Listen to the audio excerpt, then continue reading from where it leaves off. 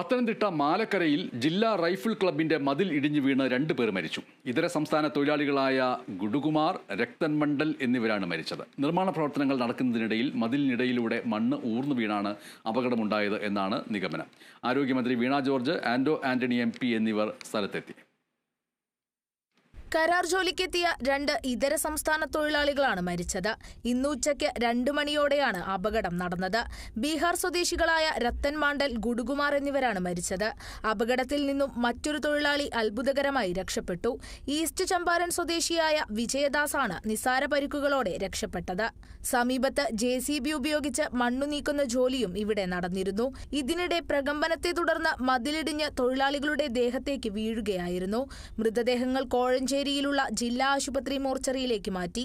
അപകട വിവരമറിഞ്ഞ് ആരോഗ്യമന്ത്രി വീണ ജോർജും പത്തനംതിട്ട MP ആന്റോ ആന്റണിയും സ്ഥലത്തെത്തി.